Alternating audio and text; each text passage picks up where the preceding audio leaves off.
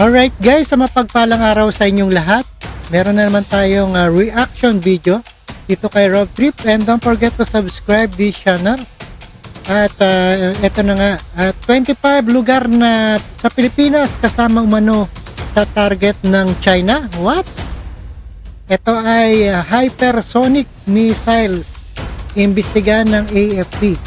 At alamin ng Armed Forces of the Philippines ang impormasyon na hinayag ni Senator Amy Marcos hinggil sa umano'y planong paggamit ng China ng hypersonic missiles sa 25 na lugar sa Pilipinas, kaugnay ang issue sa EDCA.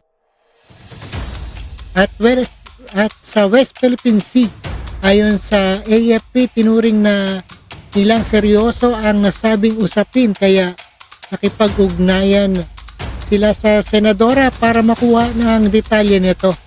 And don't forget to subscribe this channel, Rob Trip.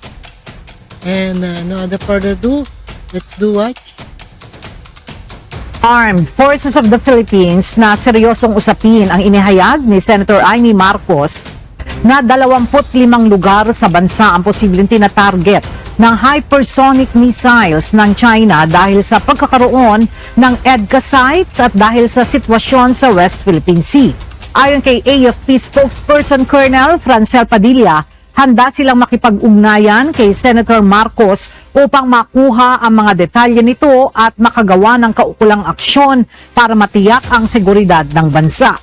Sa isang video sa kanyang Facebook page, sinabi ng presidential sister na may nakita siyang plano ng China na gagamitin ang hypersonic missiles laban sa bansa kaugnay ng tensyon sa WPS. Kung aatake man kasi ang China, hindi army ang ipapadala nito para lumusob sa bansa, kundi air warfare ang gagamitin nito.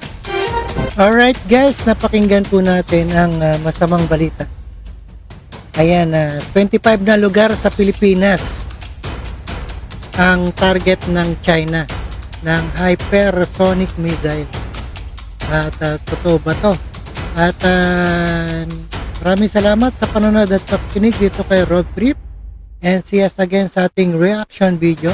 And peace out.